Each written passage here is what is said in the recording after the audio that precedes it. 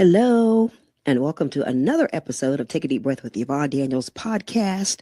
I am your well being girlfriend, Yvonne Daniels, encouraging you to embrace the power of giving your body permission to relax for better choices, health, and wealth. We're doing it one deep breath at a time.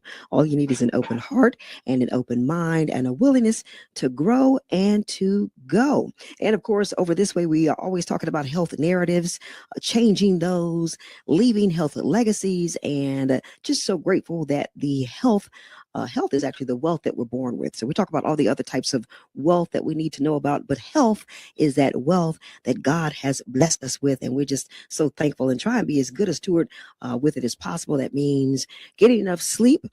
Accepting responsibility for our own well being, taking as many deep breaths as possible, tuning into our bodies, no matter how frightening it could be, and moving our bodies. So, Matt, how are you doing today? Hey, what up, though? How are you doing today?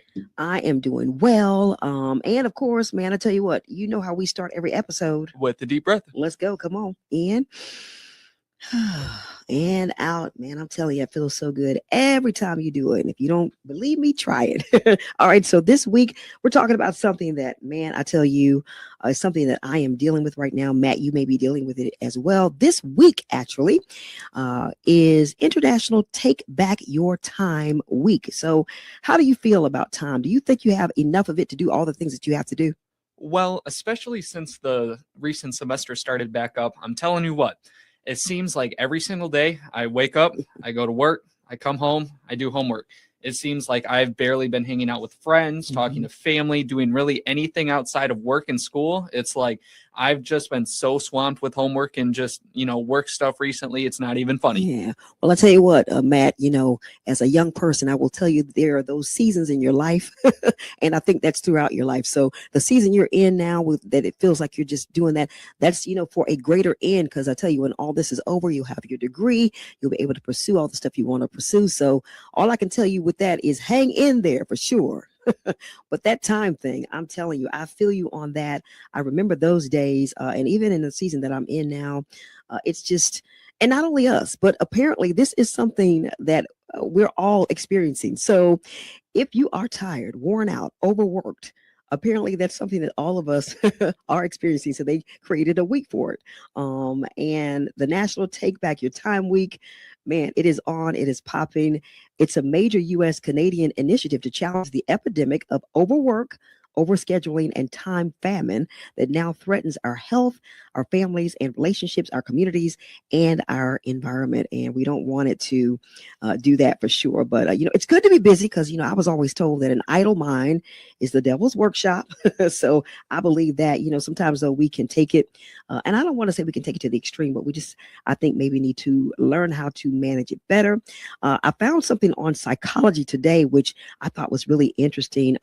Matt, have you ever heard of time sickness?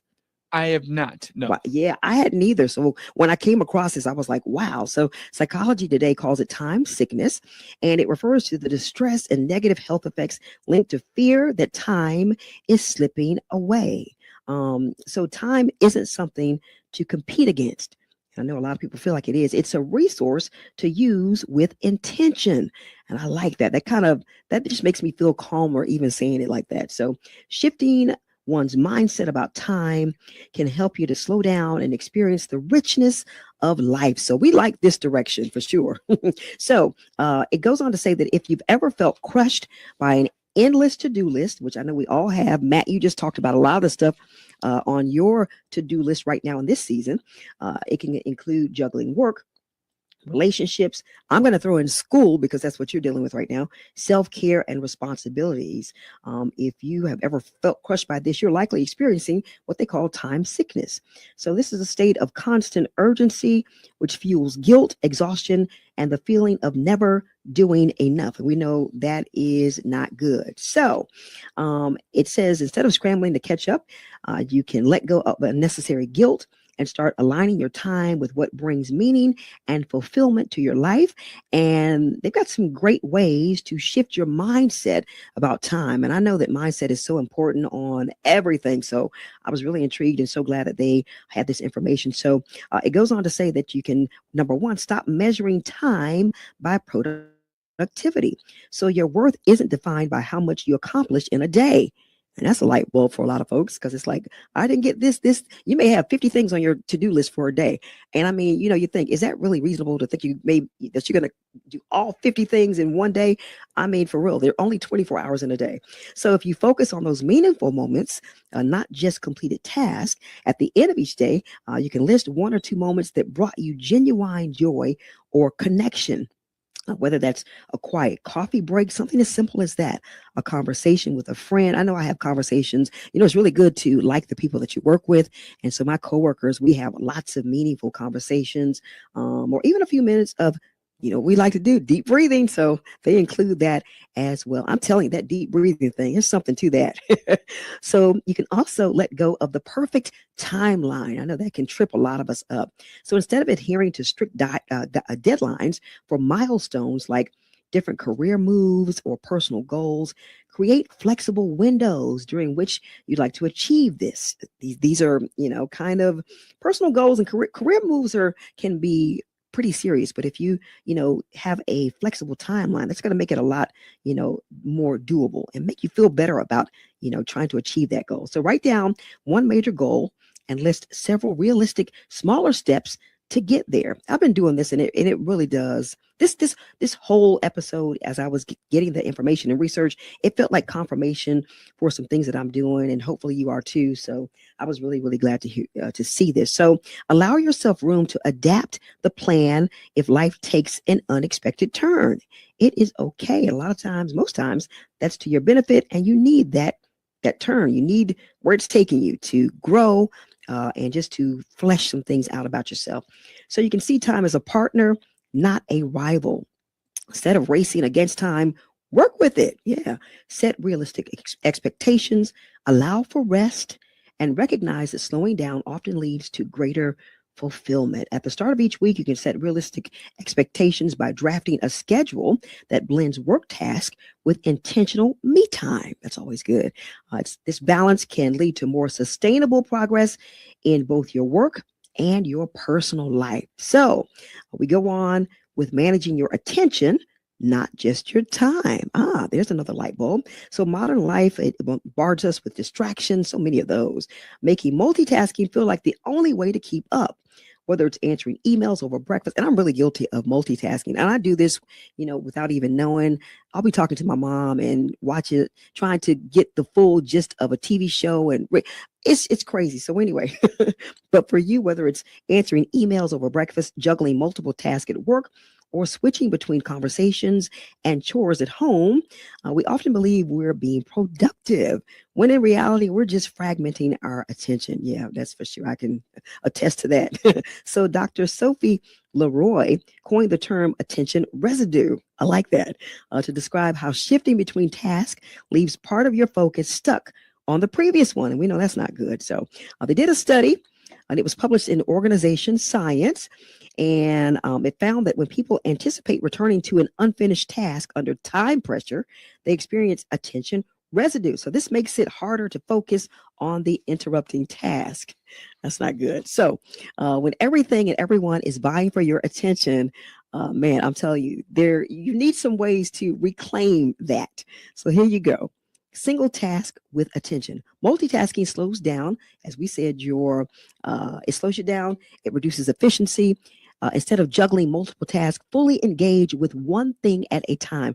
And you really have to be. I'll speak for myself. I have to really be intentional about really just focusing on one thing. It is so easy for me to try and focus on 50 at a time. So really be intentional about fully engaging with one thing at a time. When working, close any unnecessary tabs. And man, Matt, I don't know about you. I can have 20 tabs open on my computer at one time easily. Yeah, I'd say so, especially like if I'm working on a project or something for work like that, and I need to have a whole bunch of tabs open, and going back and forth between each tab. And right. Yeah, I feel you on that one.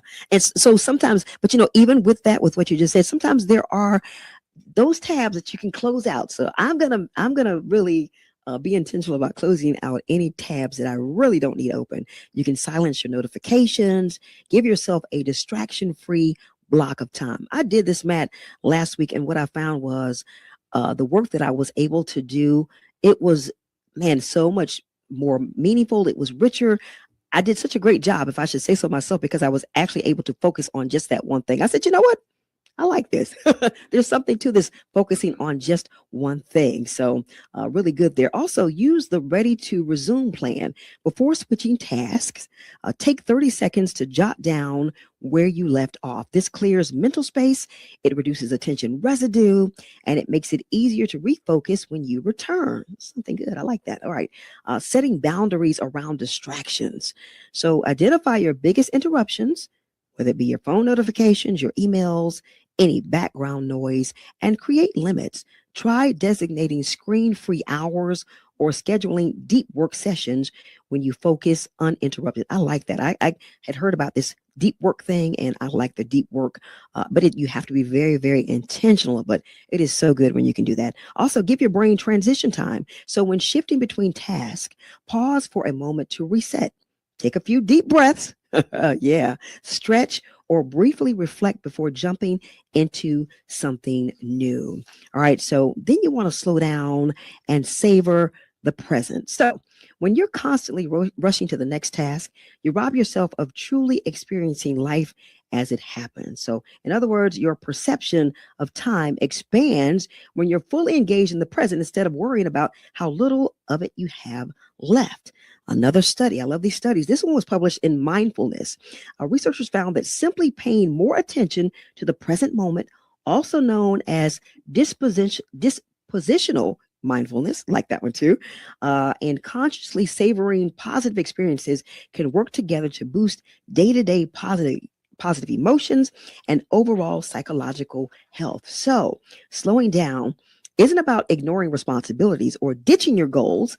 It's about cultivating what positive psychologists call time affluence. I love all these terms. This is the sense that you have enough mental space and flexibility to savor your experiences rather than rushing through them. Oh, I like that.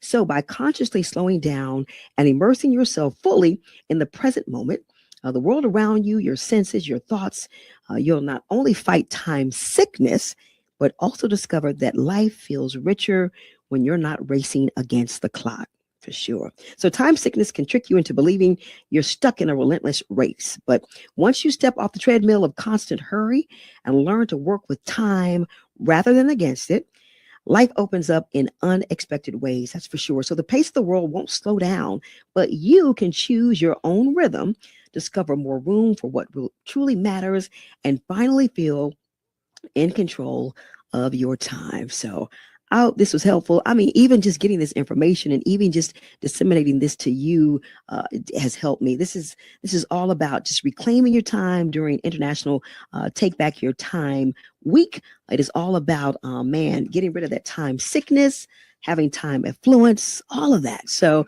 I hope this episode, I hope you enjoyed it. Feel free to go back and listen to it again, download, share with a friend. All right. I'll tell you what, make sure that you check us out also on Deep Breath and Taste Buds at blogspot.com. How do we end every episode, Matt? With the deep breath. Let's do that. Come on. In